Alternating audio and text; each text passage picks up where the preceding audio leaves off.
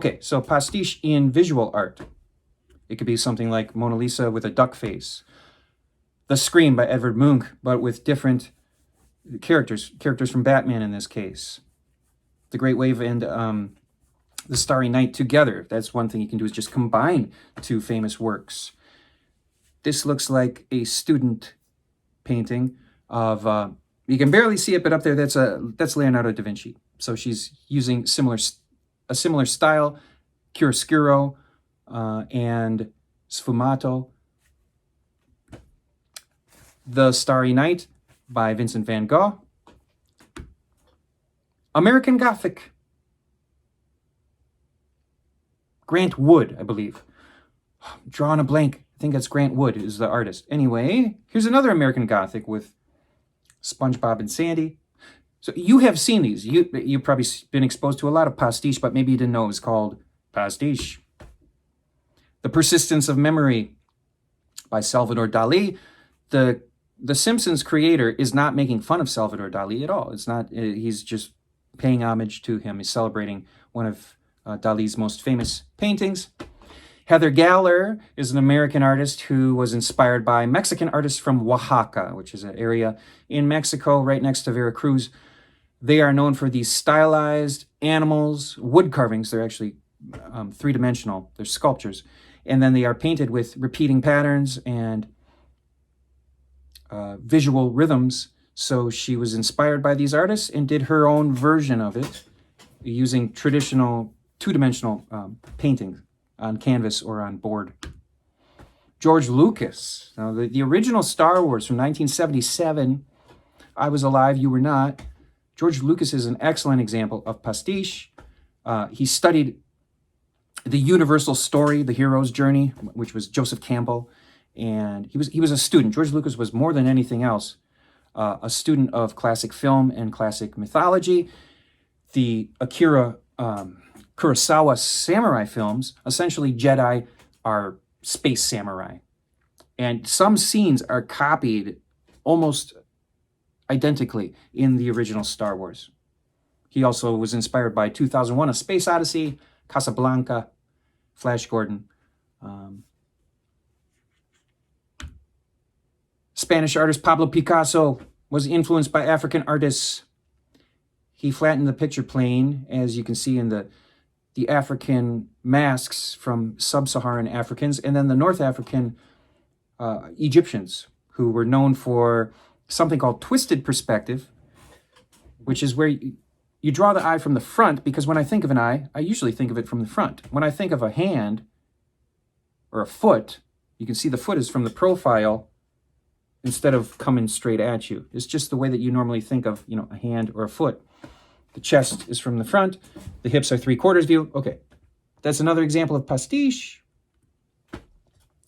These are 7 famous paintings: The Scream, The Starry Night, American Gothic, The Last Supper, The Persistence of Memory, Girl with a Pearl Earring, and The Flower Carrier by Diego Rivera.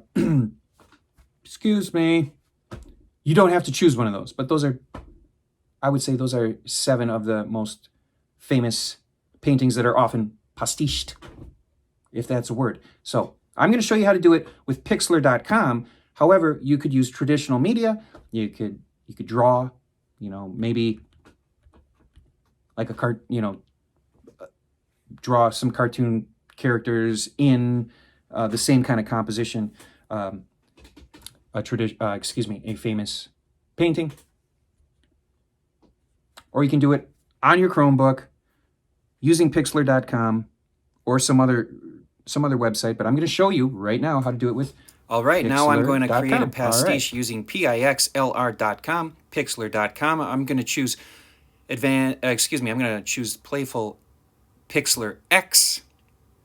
There's different ways to get there. You could type in Pixlr, Playful Pixlr, Create New. I'm just going to click on, okay, I'll try Create New. And I'm going to change the dimensions because I want it to be portrait, not landscape.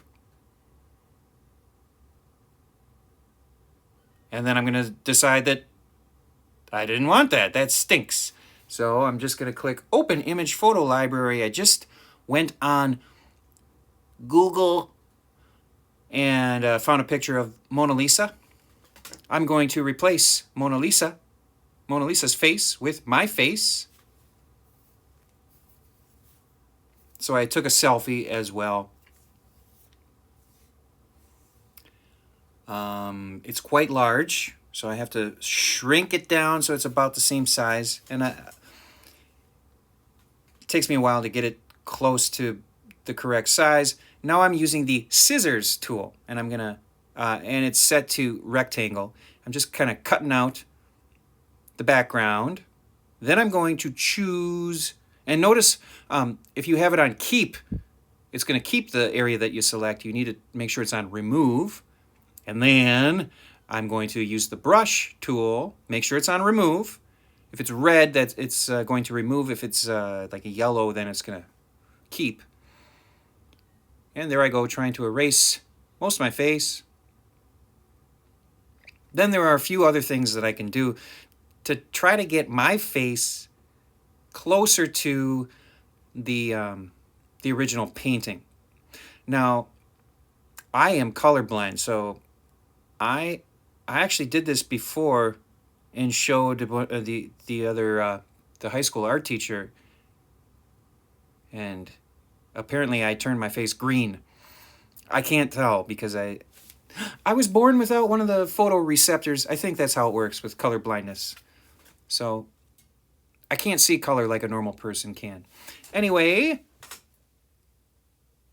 what I'm going to do is go to the color temperature and bring it all the way up, which to me looks more like a warm, reddish, yellowish color, much more similar to the original Mona Lisa.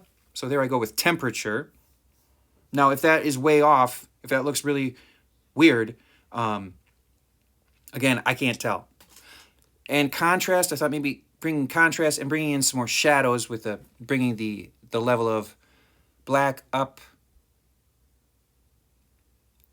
In the Italian Renaissance, the use of shading, it's called chiaroscuro, and then sfumato, which is this sort of smoky look. And Mona Lisa is an example of the use of chiaroscuro. So I'm trying to match my photo to that style, chiaroscuro and sfumato. I'm really just playing around with these tools. What are the main ones I'm using are the filter. So I think I put it on an old filter so it looks like an old black and white. Right now I'm playing around with pixelate, posterize, glamour. Ooh, look at glamour kind of creates that chiaroscuro look where the shadows are more exaggerated.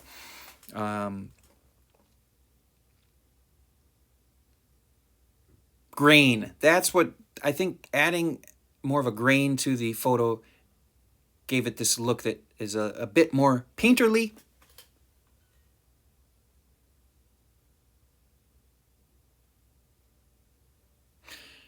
And yeah, there you go. That's Pastiche of Mona Lisa by Leonardo da Vinci.